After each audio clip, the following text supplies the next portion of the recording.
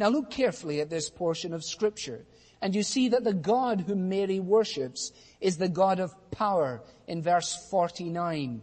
And in verse 51, he has performed mighty deeds with his arm. He is the God of holiness there at the end of verse 49.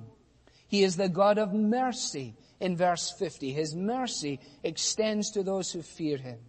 He is the God of faithfulness.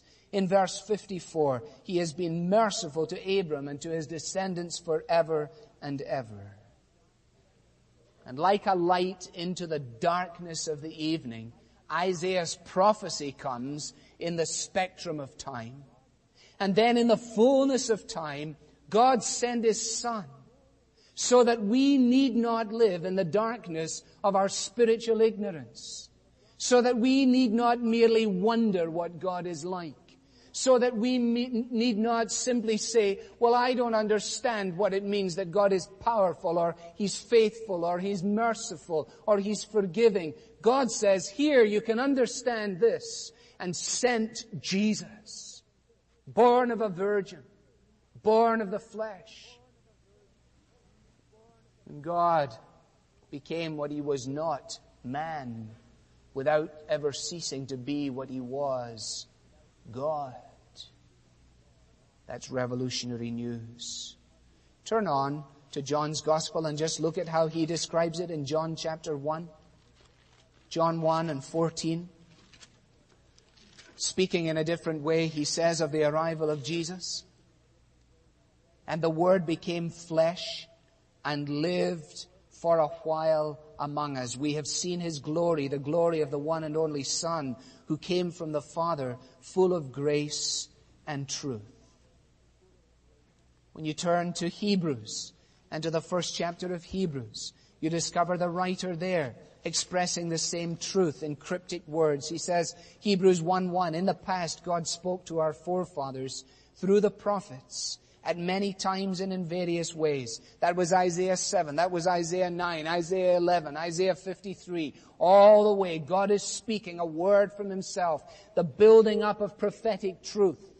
The expectancy as the prophet stood on tiptoe, wondering who would be the fulfillment of all of this. And then the writer says, "But in these last days he has spoken to us by his Son, whom he appointed heir of all things, and through whom he made the universe." Who is this Son, this Jesus? The Son is the radiance of God's glory and the exact representation of his being, sustaining all things by his powerful word. I put it to you this morning that Mary sings a song which is revolutionary, first because it contains revolutionary news. Small wonder that Charles Wesley incorporates this truth in his hymn as he pens the stanza, "Let earth and heaven combine, angels and men agree, to praise in songs divine the incarnate deity, our God, contracted to a span, incomprehensibly made man." This is revolutionary news. The hinge of history is attached to the door of a Bethlehem stable. That's what Mary's saying. You may deny it this morning. You may argue with it this morning. But Mary affirms it. From her heart, she sings this song. So it is revolutionary in the news it declares. It is secondly revolutionary in the action it describes. Look again at verse 51, 52, and 53. God performing mighty deeds, scattering proud people, bringing down rulers, lifting up humble people, filling the hungry, getting rid of the rich. That is revolutionary, folks. Mary is here singing of a God who is not bound by what men do. We look at our world and read our history books, and we only read of the secondary causes of history. Do you realize that? When we have finished all our books on the fall of the Russian czars, and when we have concluded all our greatest political maneuverings concerning the rising of the communist world, And when we have explained the events in Western Europe today, the fact of the matter is that these are only secondary causes of the development of history. For where rulers rise and fall, you find the God of Mary. He is the God who brought down rulers from their thrones. He did it all through the Old Testament. He did it all through the New. And He has done it all through the 20 centuries upon which we look back from the time of Christ's birth. The God that Mary worships is a God who turns human attitudes and orders of society upside down. This has struck me with force. Here we discover that Christmas cannot be reduced to a nativity display in a churchyard. Christmas cannot be kept at arm's length, the arm's length of religious tolerance, of simply acknowledging that it's out there. No, the Christmas that the New Testament confronts us with, the song that Mary sings, is the song of a God intervening in a revolutionary fashion, reversing human opinions of significance, reversing human opinions of what makes a good society, reversing human opinions of what makes a kinder nation, speaking to America at the end of the 20th century, a revolutionary word which marks not only the significance of man, but the status of society.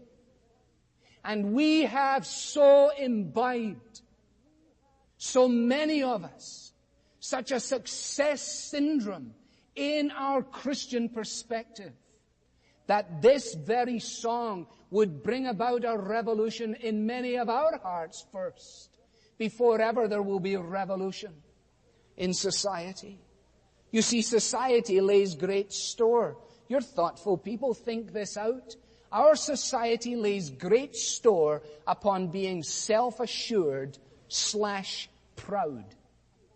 It lays great store upon being mighty, whether that is corporately mighty or nationally mighty or whatever it might be. It lays great store by being rich. True or false? True. Now what does God say in this song? He brings down the mighty. He sends the rich away. He scatters the proud in the imagination of their hearts. And the very fact that it is a servant girl, Mary, singing this song is sufficient illustration of its truth. He comes to a girl who is struck by her apparent insignificance, who is painfully aware of her low estate in the spectrum of human values, who is married not to a jet setter or to a go-getter, but who is about to be married to a common carpenter. And God invades our time-space capsule called Earth. Not in a Buckingham Palace, not in a Taj Mahal, not in a White House, not on a marble throne in the Capitol building, but in a grungy, manky, stinky stable amongst animals in the person of an apparently insignificant, humble maid. Now, loved ones, whatever else we may have done with Christianity throughout the centuries, whatever things we may hold dear as believers this morning, whatever we may hold up as the absolutes and the criteria by which we judge success and failure, be it Christian or be it otherwise, I put it to you that that commentator was right. This is a revolutionary song containing revolutionary news and describing revolutionary action. The same thing, actually, is to be found in God's perspective throughout the whole of Holy Scripture. As soon as I began to think this way, I was reading here and there. For example, 1 Samuel chapter 16. Turn to it with me for a moment. 1 Samuel 16, you have the event describing the anointing